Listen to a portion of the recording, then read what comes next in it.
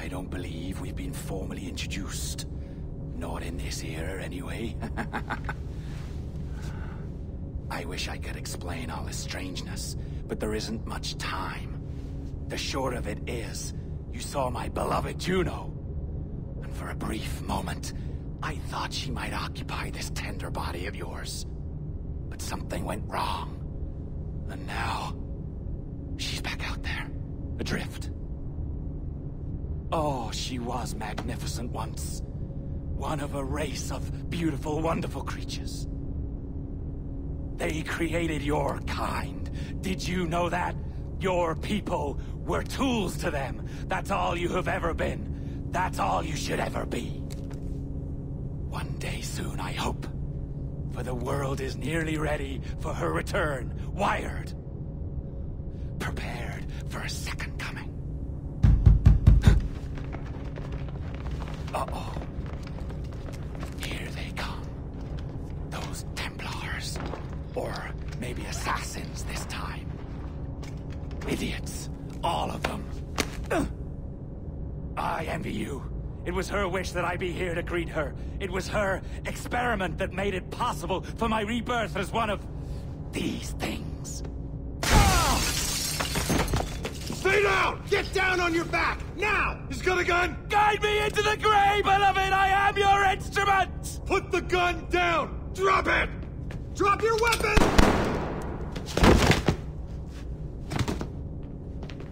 Clear! Clear!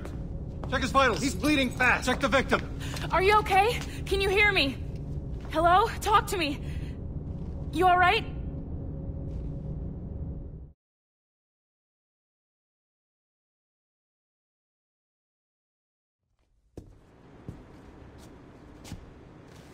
Well, there you are. Thank God. I hope you feel well. You look good. Can you stand?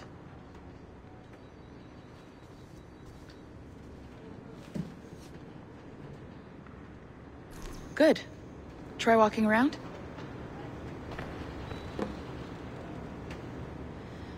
A doctor came by, said there wasn't anything to worry about. That the liquid in the syringe was far, far below a lethal dose. I feel terrible about all this. About everything. All our evidence pointed to you, but it was John all along. God, the things we found on his computer. Whatever you need, we'll provide. You've done an amazing job. Speaking of which, our trailer is finished. Would you like to see it? I owe you that much. There we go. I uploaded it to your database. You can watch it here or at your animus. I think you'll love it. It really captures the essence of the era. So, take care. And again, thank you. In a world where pirates rule the waves, these men will discover that nothing is sacred and everyone is committed to rum, plunder, and women. Hola, ladies. This summer, Abstergo Entertainment invites you aboard for the adventure of a lifetime. So sharpen your cutlasses, shine your hooks, and sail with the devils of the Caribbean. This virtual experience is not being rated.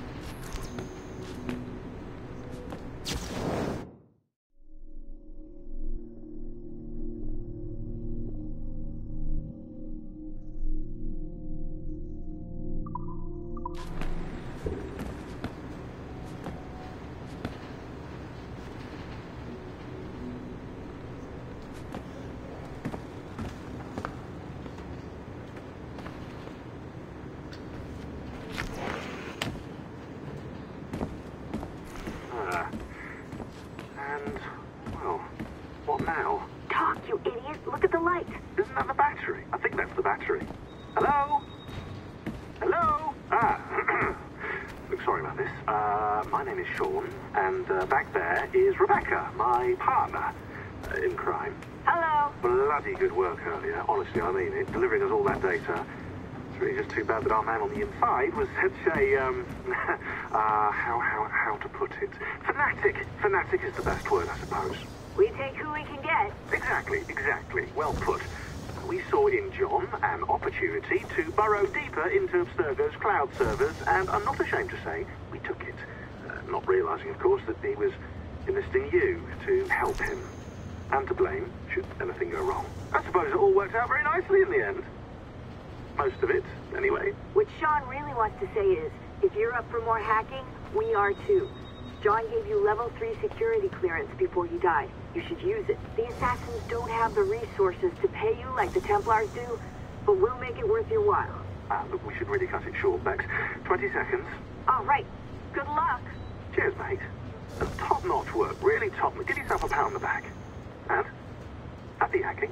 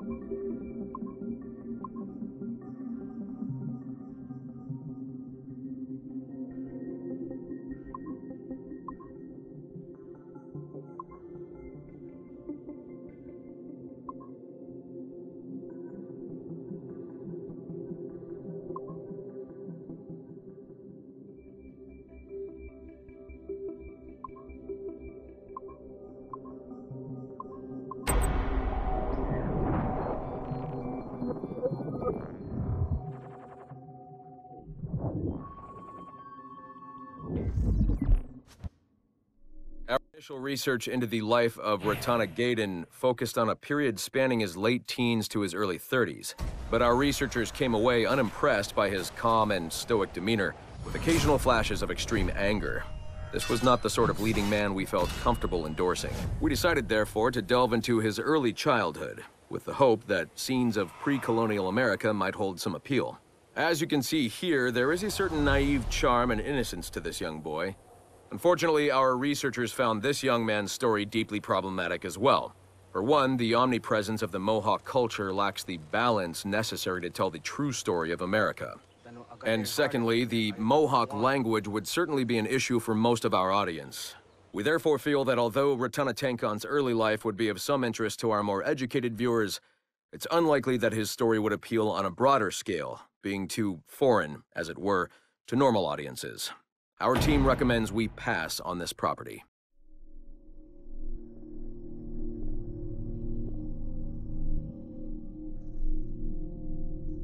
Our initial research into the life of Ratana Gaydon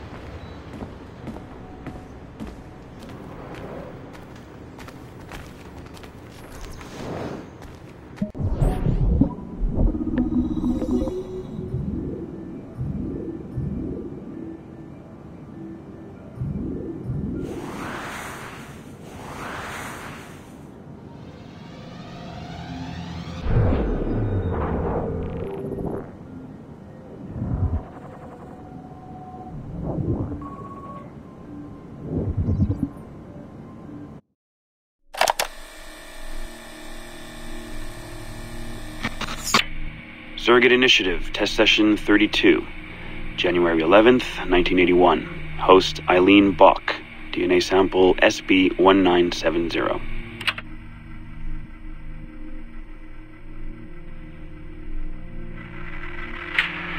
Miriam? Miriam, is that you? Are you in here? Bartle! Oh, thank God you're safe. You've been very sick. Bartle, how did they find you? Oh, Jesus, what would they do to you? Has they hurt you at all? I told them nothing.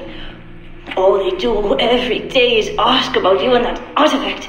But I didn't tell them anything. Nothing. I know you didn't, Miriam. But how are you? You aren't hurt? Not badly, no. I'm fine. Good. We need to get the message out to Oscar. Somehow. We need to tell him where... Very interesting footage, Eileen. This is Germany, you said. World War II? Most of the memories I've been able to access come from a period where Miriam was imprisoned by Nazis in Cologne. Miriam. Is she still alive? No, she was my ex-husband's mother. She passed away about 5 years ago. Well, she was spirited. An impressive lady. Definitely. And the man, Bartle. He made reference to an artifact. Any idea what that is? My team is looking into that, but it's not our first priority. We still need... It is now. Really? You must have other recordings of this woman. Are there any other mentions of this artifact I should know about? Half a dozen or so, yes. What's this about? You have questions, I understand that. I don't have answers for you. Not right now, but I do have money. And if you get me those recordings and bring me any other artifact references you find, then I will triple your operating budget for as long as I can. Triple my budget? My God, what is this? 9 a.m. Monday morning, my office. We have a lot to discuss. But Lillian, I don't... Have a good weekend, Mrs. Bach. Fantastic work.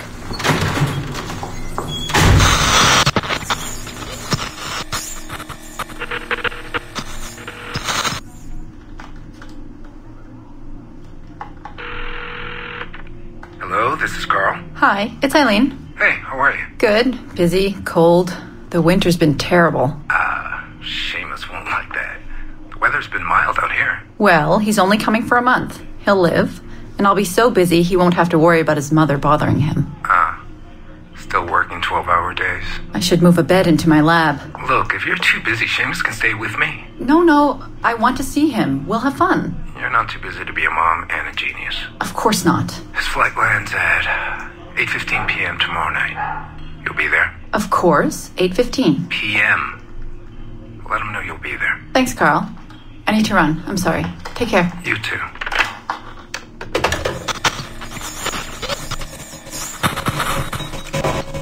Eileen.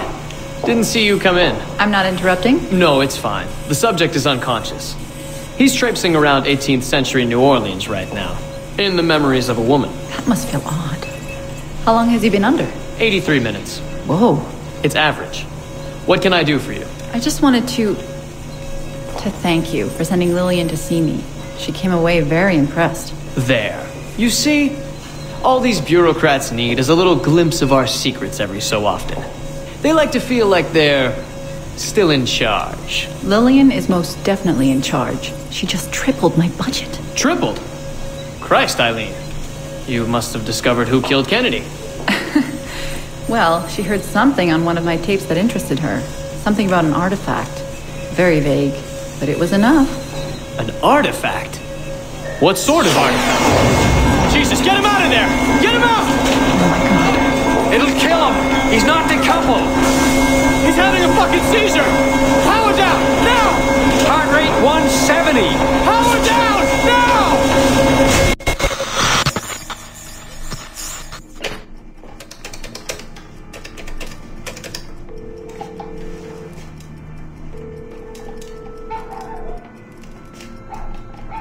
Eileen, Warren here.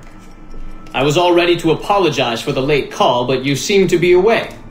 Maybe with your son.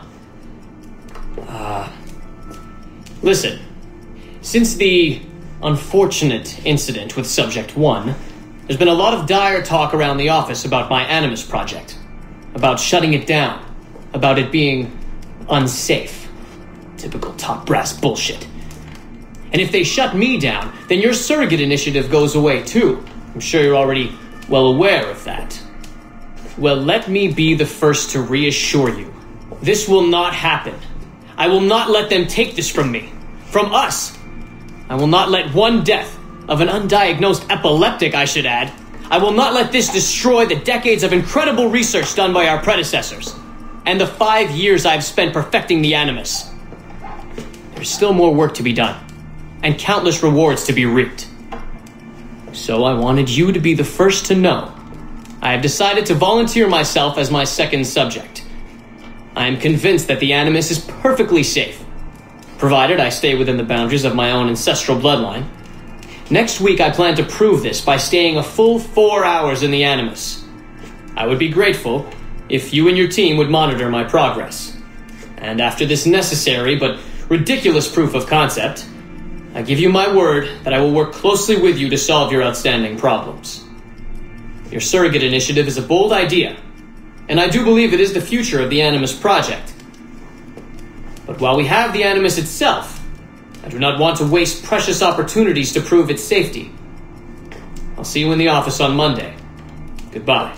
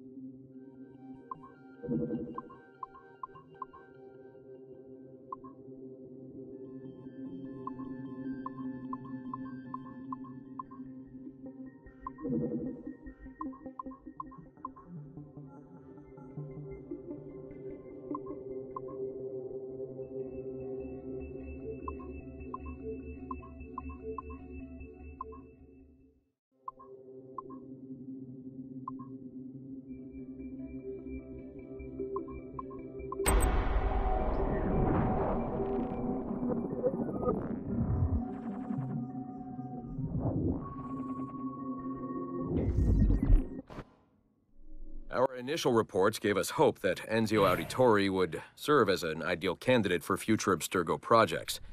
His charisma, sexual magnetism, and wry humor gave him all the qualities of a leading man. However, his corruption by the Assassin Order robbed him of these qualities as he fell deeper and deeper into a spiral of revenge. Enzio was frequently known to articulate a passive acceptance of evil. He was also a man of ugly contradictions, one who preached free thought, yet traveled well beyond his home country to proselytize his corrupted creed, just as he's doing here with this impressionable Chinese girl. Notice, too, that in his gestures and bearing there is still something of the old lecher in him. Enzio's entire personality is built around pure demagoguery, claiming his philosophy is about love when violence and coercion are his primary means of tackling problems. We have therefore come to the conclusion that Enzio Auditore da Firenze would be a risky character to develop.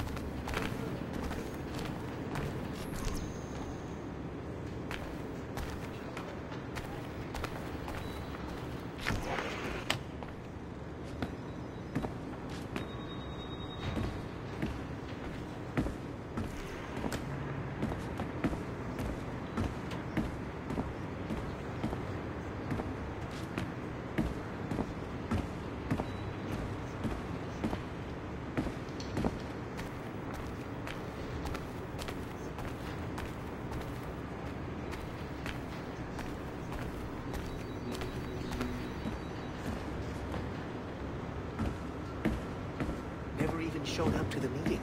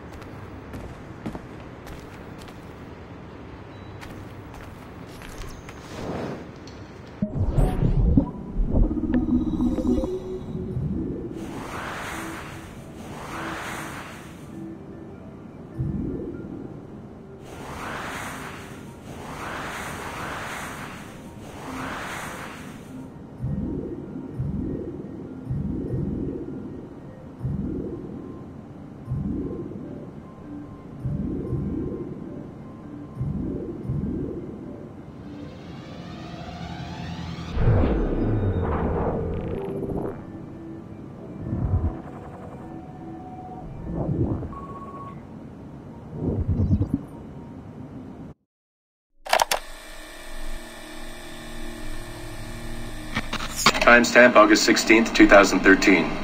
The following audio clips were selected from over 160 hours of reel-to-reel tape found in the residence of the late Dr. Warren Vidic following his murder in December 2012.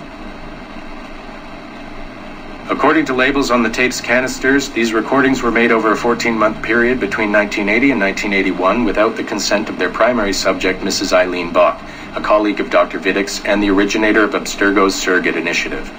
Mrs. Bach is now deceased. It should be stated unequivocally that Dr. Vidic made these recordings illegally and of his own volition using wiretaps and hidden microphones. Abstergo Industries had no knowledge of his actions and disavows any responsibility for them. And we're live. Capacitors at full. Ease the signal in. A little more. You feel anything? Don't be timid. Double it. No, we're taking it easy. 20%. 30. Eileen, go easy. We're 6 past yesterday. And boost the inputs. Too risky. Not if we split the I/O signals. 25%. Ease up. Oh, okay. There. I see something. What is it? Mein Gott. I hear talking.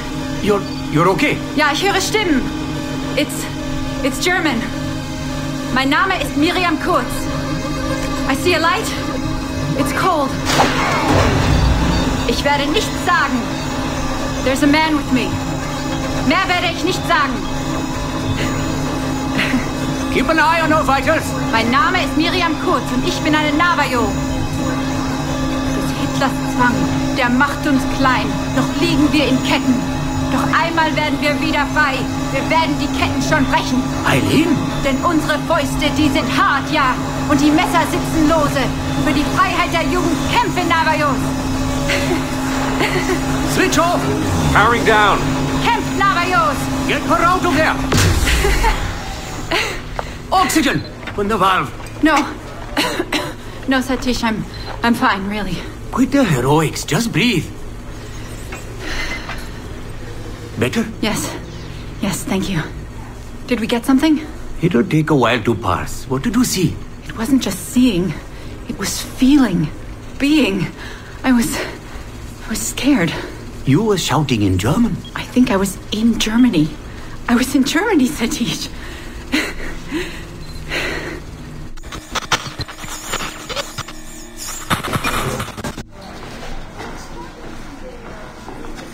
Good morning. Well rested? Exhausted.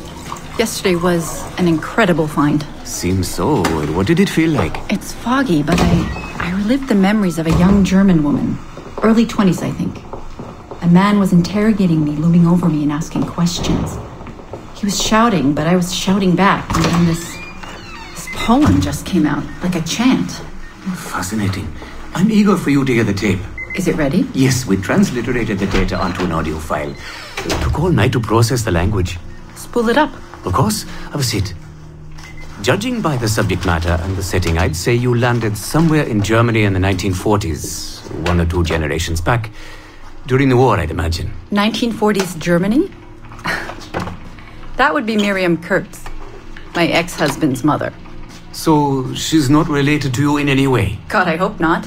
I'd hate to find out my ex-husband is also my brother. Well, if it was Miriam Kurtz, then we hit a home run. You tapped into someone else's bloodline entirely. Should we celebrate? We'll listen first. Surrogate Initiative, Test Session 23, July 29th, 1980. Host, Eileen Bach. DNA sample SB1970. It's a little garbled at first. This is you settling into the memory. Your name, say it. My name is Miriam Kurtz. Louder. My name is Miriam Kurtz, and I am Navajo. Where did you last see the artifact? Who holds it now? I'll say nothing. I've told you all I will. I don't believe that is true. Who has the artifact? Hitler's dictates make us small, and are bound in chains. But one day again, we shall walk tall. No binds with us. Restrain. Enough. For hard our fists, yes, and knives at our wrists for you to be free. Navajos lay siege. Knock her away. Navajos lay siege. And that's where we pull you out. Whoa. What would it take to get a visual render of all that? Months, unfortunately. It took 13 hours just to process the audio. Visual takes much longer. But Vidic is able to record audio and visual in real time. How does he do it? His subjects are exploring their own genetic memories. That requires much less processing power. Hold on, sorry. Eileen here. Hello. You have 10 o'clock in Lillian's office. It's 10:13 now. Oh, shit. I'm sorry. Tell her I'll be right there. And tell her we have some good news. No problem. You in trouble? The monthly progress report. I'm trying to be honest about our progress, but no matter how much I polish our facts, Warren Vidic swoops in, promising the moon for pennies, and gets 10 times the funding for his Animus project. Well, we are using his Animus technology. He's the foundation. We are the skyscraper. Which is why he should be a tech lead, not a project director.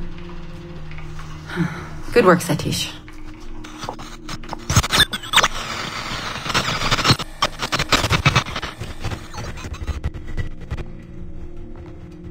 It's incredible footage, really. Clear and vivid. And the subject was synced for a full 62 minutes. Came out speaking French after his last session. Passably fluent. And with full recall of everything he'd gone through. Sorry I'm late. I was reviewing some data. It's fine. Warren was just telling me about his first subject. Mr. No names. Call him Subject 1. Confidentiality. And how about you, Eileen? What's your good news? Well, we did it. We synced with an unembedded memory outside the bloodline. That's a first. Really? Satish was able to process the audio today. A short clip. You can hear it for yourself. Only audio? No real-time memory feeds like Vidic has? Well, that's the difficulty with surrogate genetic memory data. Because I'm viewing memories not embedded in my own DNA, we can't rely on my cognitive faculties to help me process the signal. All we can do is record the raw data and transliterate it later. Hold on. You're running this experiment on yourself? I am. It's going well. I don't like the sound of that. Look, the sample I'm using, the DNA comes from my own son. It's safer this way. Ah, good thinking. 50% of my son's DNA is also mine, which reduces the danger by a huge margin. Meaning, I can now explore the memories of people who aren't directly related to me on his father's side. But for brief periods of time, I imagine. Right. Just a minute or two so far, but we're getting there. Come by the lab and listen for yourself. I will, when I have a moment. Unfortunately, work beckons. Ladies? That man is colder than a San Francisco summer. Stay focused, Eileen. You both have important work to do. Obviously. But my work requires his Animus technology. I feel a little caged in. That's collaboration, Eileen. It's how science works. I shouldn't have to remind you. I know. I'm just tired. Stop by and see us today. We have a lot to share. If not today, then this week sometime. Thank you.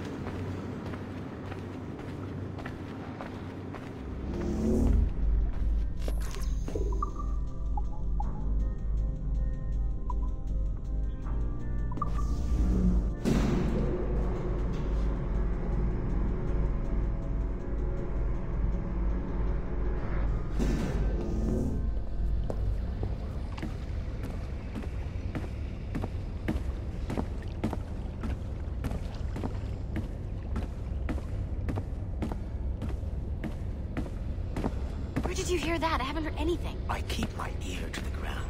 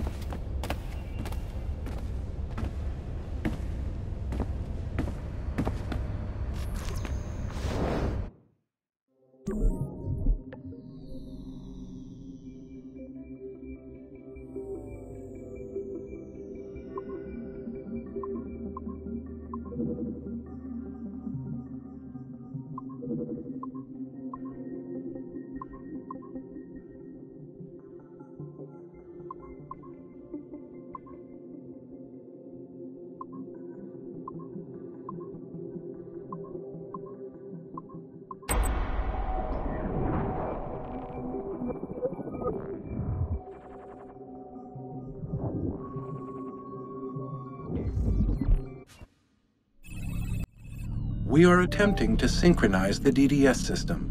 This will only take a moment. We are almost there. The DDS is now in sync. Thank you for your patience. We hope you enjoy your experience. Rudolf II invited many notable figures to his court, making Prague the center of European culture. Among them were Englishman Edward Kelly and his stepdaughter, Elizabeth Jane Weston.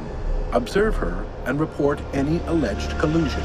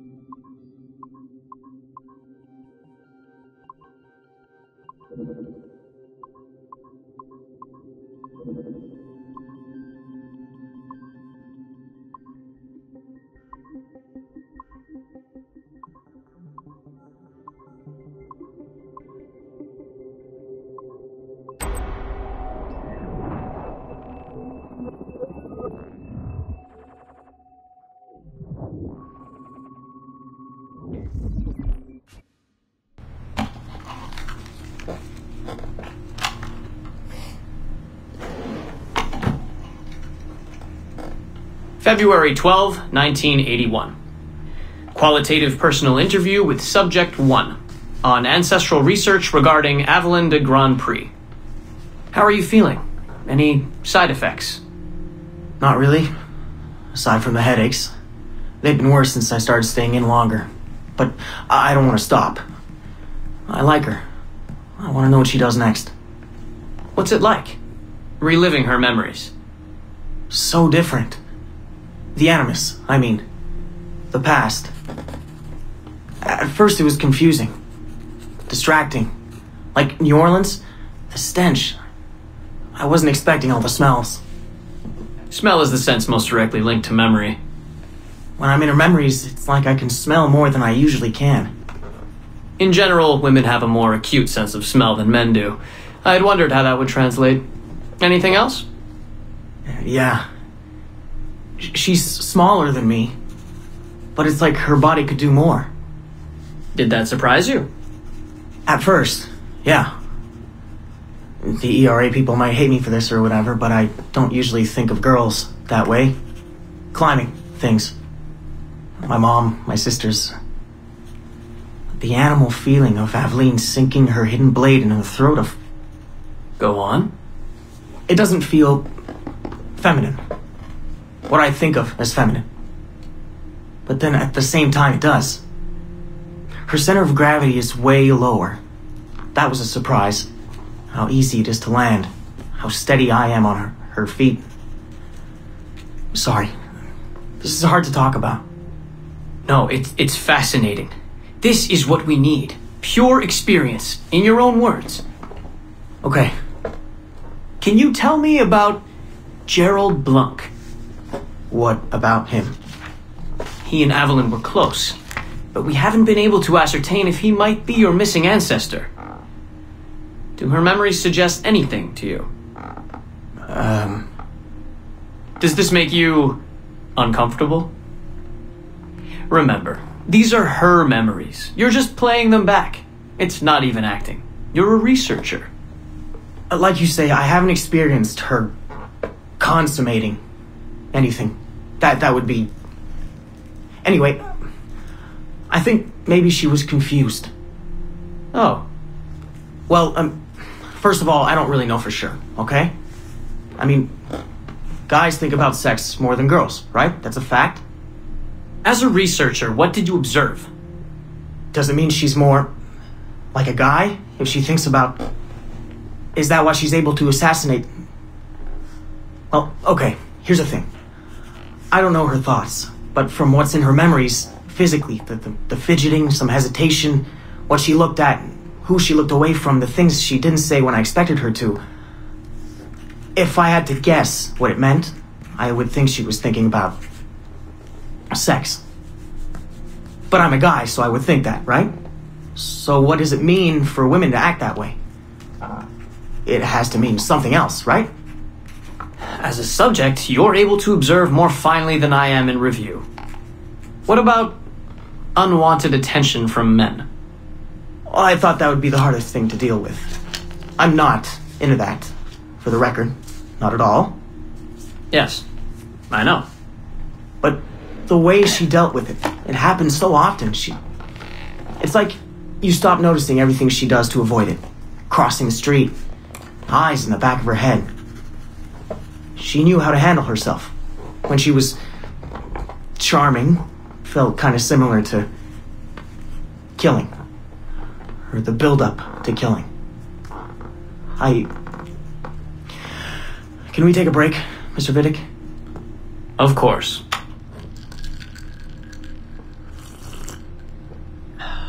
We're ready to go on? Yes. Aveline was black. And white. On her father's side. You're sensitive to that? I guess. I mean, I'm white. Aveline looks black, so that's different. But you get used to it. Like with the girl thing. Until someone makes you not used to it. What do you mean? I don't think I've ever had to think so much about what I'm wearing or how I'm walking. But Aveline, it's like she goes through her whole life in these uniforms. People expect her to behave in a certain way. Definitely. Sometimes I worry I'll slip up and play too relaxed at the warehouse and, I don't know, blow her cover. You can't blow her cover. I know. I'm just replaying the memories. I can't change them, I know. But I see it, right? It's a risk. It's... stressful? Yes. It's best when she goes out as an assassin. On the roofs or in the bayou. I think she was more relaxed that way. Can you imagine? You're only relaxed when you're going to kill someone. Let's stick to memories rather than imagination. What about the slaves? They're kind of just... everywhere. I mean, that sounds bad. Slavery is bad, but no one's acting like slavery's bad. It's fun when she frees slaves. Is it supposed to be fun? We're not looking for supposed to. Focus on what it is.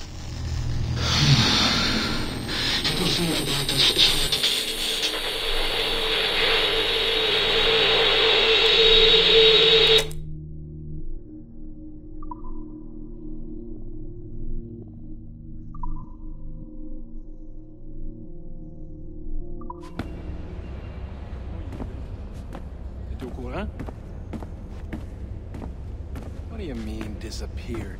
He quit. Qui va le remplacer?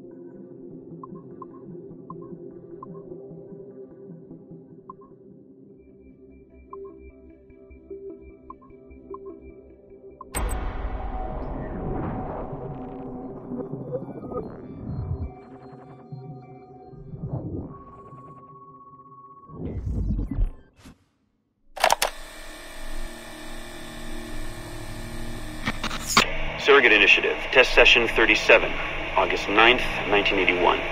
Host, Eileen Bach, DNA sample SB1970. Open! Good morning, Miss Kurtz. You look well, considering the circumstances. Are you rested? Have you eaten? Your friends are dead, Miriam. Bartel Schink and all his navios, his Edelweiss pirates. Executed for 5 counts of murder. It was a trial. You must be proud. There was no need! They were scum! All of them! You hear me? All of you are scum!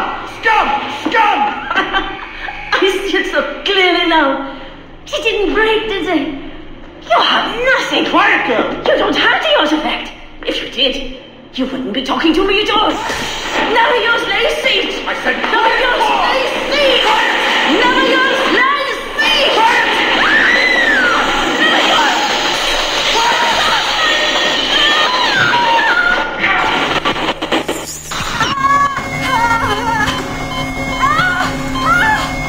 Get her out! Get her out!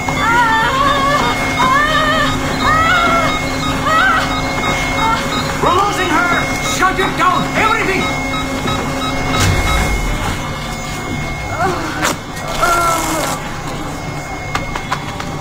Eileen, open your eyes. Can you hear me? Eileen! Eileen! Power's off! Get the position in here! Step aside, son! Eileen, talk to me. Can you open your eyes? Clear! Oh, God. No spots!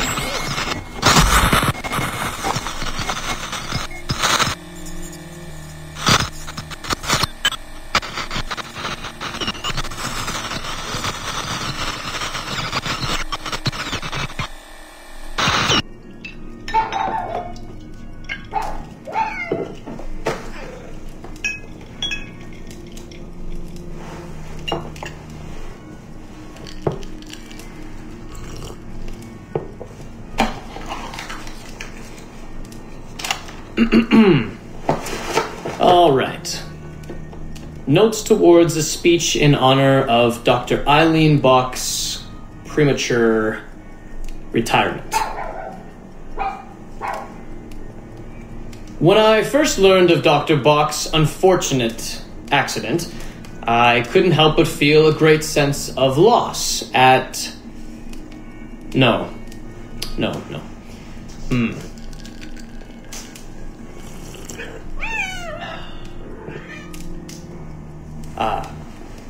Dr. Eileen Bach has and always will be a friend and colleague. When I first learned of her unfortunate accident, I was shocked, of course. To see any friend injured in such a way is deeply upsetting. And to further learn that her injuries were severe enough to force a premature conclusion to her brilliant career, well, I would not wish that fate on anyone. But if there is any solace to be found in her accident, it may be this: that she was injured in service of her research, in service of work that she cherished most dearly. And it is thanks to her, it is due to her diligence, that some of the mysteries of genetic memory have been further illuminated. And while it is true that work on her project, the Surrogate Initiative, as she called it, has been temporarily halted, the copious amount of work she has done over the past 3 years has been incredibly valuable. So while her work has been suspended for the time being, her legacy will most certainly live on.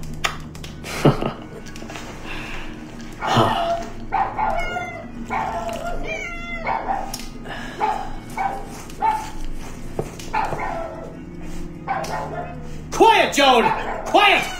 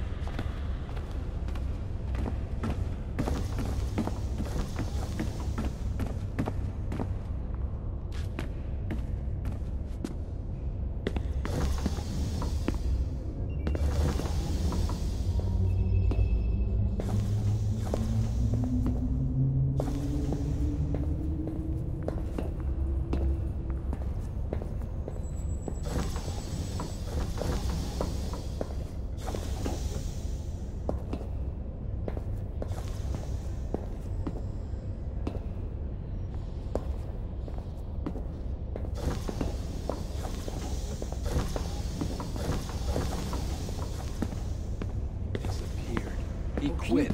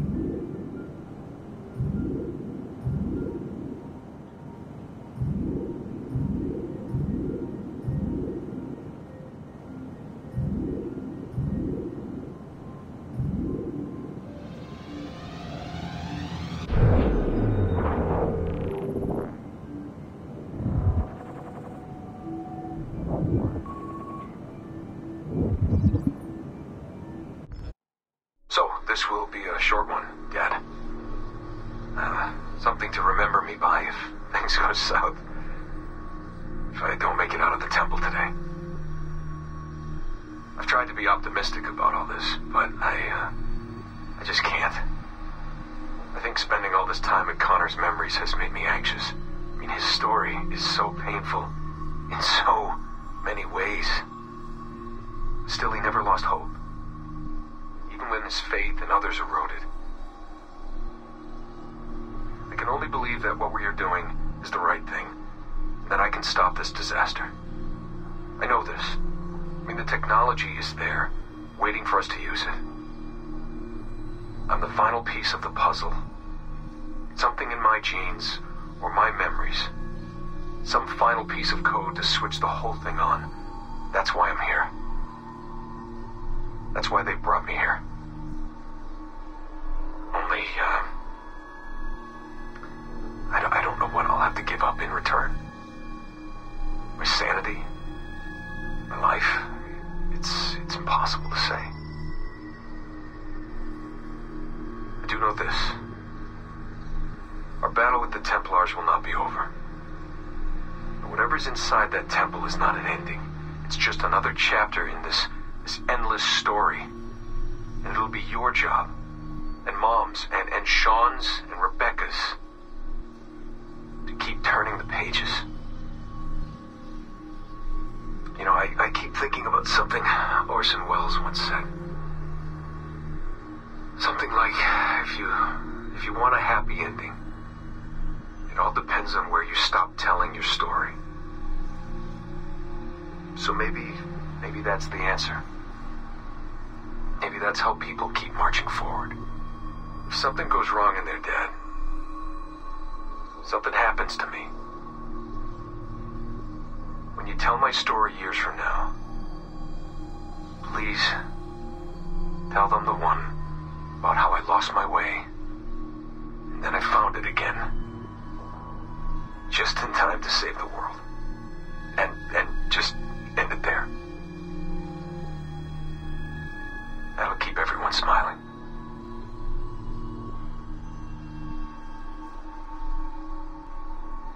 Goodbye, Dad. Say hello to Mom. Tell her I love her, okay? Tell her I love you both.